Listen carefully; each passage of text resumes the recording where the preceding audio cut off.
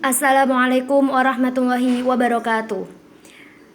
Di sini kami dari kelompok 1 yang beranggotakan Binti Rohmatin, Cynthia Inka, Dia Wahyuni, Dewi Nur Alia, dan yang terakhir Melinda Alfa Hidayah. Kami kelompok 1 akan mempresentasikan hasil dari diskusi kelompok kami mengenai tugas mata kuliah Ilmu Sosial Budaya Dasar tentang manusia dan peradaban.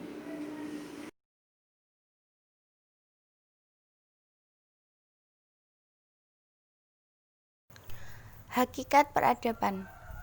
Peradaban berasal dari kata adab, yang dapat diartikan sebagai sopan, berbudi pekerti, luhur, mulia, berakhlak, yang semuanya menunjuk pada sifat yang tinggi dan mulia. Nah, peradaban sendiri itu merupakan tahap tertentu dari kebudayaan masyarakat tertentu pula yang telah mencapai kemajuan tertentu yang dicirikan oleh tingkat ilmu pengetahuannya, teknologinya, dan seni yang telah maju. Nah, menurut Konjaningrat, beliau menyatakan pada tahun 1990 bahwa istilah kebudayaan ada pula istilah peradaban. Hal ini adalah sama dengan istilah yang dalam bahasa Inggris disebut sebagai civilization yang biasa dipakai untuk menyebutkan bagian atau unsur dari kebudayaan yang harus maju dan indah. Kebudayaan sendiri pada hakikatnya adalah hasil cipta, hasil rasa dan karsa manusia dalam memenuhi kebutuhan hidupnya. Kemampuan cipta atau akal manusia ini menghasilkan ilmu pengetahuan. Lalu kebudayaan berasal dari kata kultur, atau istilah peradaban sering dipakai untuk menunjukkan pendapat dan penilaian kita terhadap perkembangan kebudayaan. Jadi, kemajuan teknologi dan ilmu pengetahuan sangat mempengaruhi peradaban sebuah bangsa, dan bangsa itu akan dianggap lebih maju dari bangsa-bangsa yang lain pada zaman tersebut. Nah, berikut ada keajaiban dunia yang kita kenal sampai saat ini. Yang pertama, ada piramida di Mesir yang isinya merupakan makam-makam raja Mesir kuno. Yang kedua, ada taman gantung di Babilonia. Yang ketiga, ada tembok raksasa dengan panjang 6.500 km di Republik Rakyat Cina atau RRC. Yang keempat, ada Menara Pisa di Italia. Yang keenam, ada Menara Eiffel di Paris. Yang keenam, ada Candi Borobudur di negara kita yaitu Indonesia. Yang ketujuh, ada Taj Mahal di India. Yang kedelapan, ada patung Zeus yang tingginya itu mencapai 14 meter dan seluruhnya itu terbuat dari emas.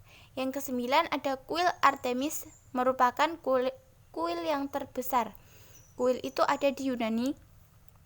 Nah, dalam definisi peradaban adalah berbudaya, yang dalam bahasa Inggris disebut sebagai culture. Orang yang cultured adalah yang juga lettered. Dalam hal ini tidak sekedar hanya bisa membaca dan menulis hal-hal yang sederhana. B. Manusia sebagai makhluk beradab dan masyarakat adab. Manusia beradab adalah manusia yang bisa menyelaraskan antara cipta, rasa, dan karsa. Kailan tahun 2002 menyatakan manusia yang beradab adalah manusia yang mampu melaksanakan hakikatnya sebagai manusia, monopluralis secara optimal. Konsep masyarakat adab berasal dari konsep civil society, dari asal societas civilis. Istilah masyarakat adab dikenal dengan kata lain masyarakat sipil, masyarakat warga, atau masyarakat madani. Istilah civil society dapat diterjemahkan dalam bahasa Indonesia dengan berbagai istilah antara lain. 1. Civil society diterjemah dengan istilah masyarakat sipil. Civil artinya sipil, sedangkan society artinya masyarakat. 2. Civil society diterjemahkan dengan masyarakat beradab atau keberadaban. Ini merupakan terjemahan dari civilized atau beradab dan society atau masyarakat sebagai lawan dari masyarakat yang tidak beradab atau uncivilized society. 3. Civil society diterjemahkan sebagai masyarakat madani. Kata madani merujuk pada kata Madinah. kota tempat kelahiran Nabi Muhammad SAW. Madinah berasal dari kata Madaniyah yang berarti peradaban. 4. Berkaitan dengan nomor 3, civil society diartikan masyarakat kota, dan ini dikarenakan Madinah adalah sebuah negara kota atau city-state yang mengingatkan kita kepada polis di zaman Yunani kuno. 5. Civil society diterjemahkan sebagai masyarakat warga atau kewarganegaraan. Masyarakat di sini adalah pengelompokan masyarakat yang bersifat otonom dari negara. C. Evolusi budaya dan wujud peradaban dalam kehidupan sosial budaya. Evolusi kebudayaan ini berlangsung sesuai dengan perkembangan budidaya atau akal pikiran dalam menghadapi tantangan hidup dari waktu ke waktu. Proses evolusi untuk tiap kelompok masyarakat di berbagai tempat berbeda-beda, bergantung pada tantangan, lingkungan, dan kemampuan intelektual manusianya untuk mengantisipasi tantangan tadi. Adanya kebudayaan bermula dari kemampuan akal dan budidaya manusia. Masa dalam kehidupan manusia dapat kita bagi dua, yaitu masa prasejarah atau masa sebelum manusia mengenal tulisan sampai manusia mengenal tulisan, dan masa sejarah, masa manusia telah mengenal tulisan. Mengenai masa prasejarah ini, ada dua pendekatan untuk membagi zaman prasejarah, yaitu 1. Pendekatan berdasarkan hasil teknologi, terdiri dari zaman batu tua atau Paleolitikum, zaman batu tengah atau Madya atau Mesolitikum, dan zaman batu baru. 2. Pendekatan berdasarkan model sosial ekonomi atau mata pencarian hidup yang terdiri atas A. Masa berburu dan mengumpulkan makanan meliputi masa berburu sederhana atau yang disebut dengan tradisi Paleolit, dan masa berburu tingkat lanjut atau disebut dengan tradisi Epipaleolitik. Nah, yang B. Masa bercocok tanam meliputi tradisi Neolitik dan Megalitik. Tradisi Neolitik sendiri ya teman-teman perlu diketahui yaitu tingkat kebudayaan pada zaman prasejarah yang ciri-cirinya itu memiliki unsur kebudayaan, contohnya memiliki peralatan yang identik, contoh saja batu yang telah diasah, tentang pertanian, peternakan, pembuatan tembikar seperti itu. Terus kemudian ada megalitik sendiri. Di sini tuh megalitik bisa dikenal dengan kebudayaan megalitikum ya teman-teman, adalah sebuah bentuk praktik kebudayaan yang dicirikan oleh pelibatan monumen atau struktur yang tersusun dari batu-batu besar atau megalit sebagai penciri utamanya.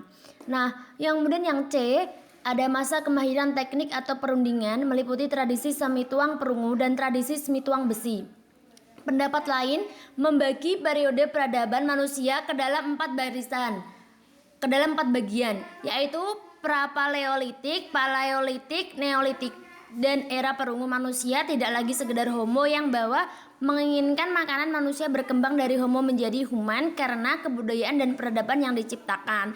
Jadi seiring berjalannya waktu ya teman-teman, di sini itu tidak lagi sekedar homo yang hanya menginginkan makan manusia berkembang dari homo menjadi human karena kebudayaan dan peradaban yang diciptakan. Begitu.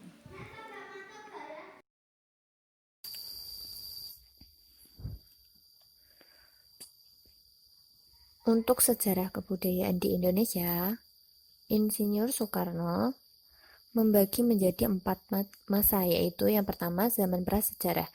Nah, zaman prasejarah sendiri yaitu bermulaan ketika adanya manusia dalam kebudayaan sampai kira-kira abad ke-5 Masehi.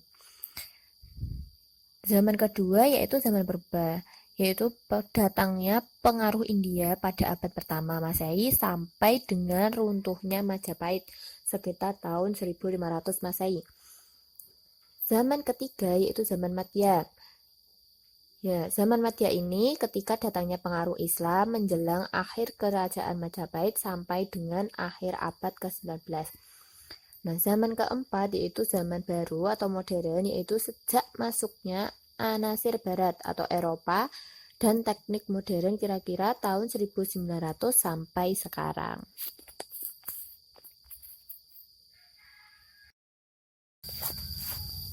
Peradaban itu lahir sebagai respon atau tanggapan manusia dengan segenap daya upaya dan akalnya menghadapi, menaklukkan, dan mengelola alam sebagai tantangan challenge guna mencakup kebutuhan dan melestarikan kelangsungan hidupnya.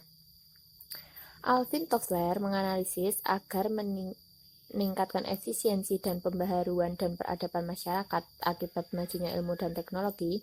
Dalam bukunya The Wild Wave, ia menyatakan bahwa gelombang perubahan peradaban umat manusia sampai saat ini mengalami 3 gelombang.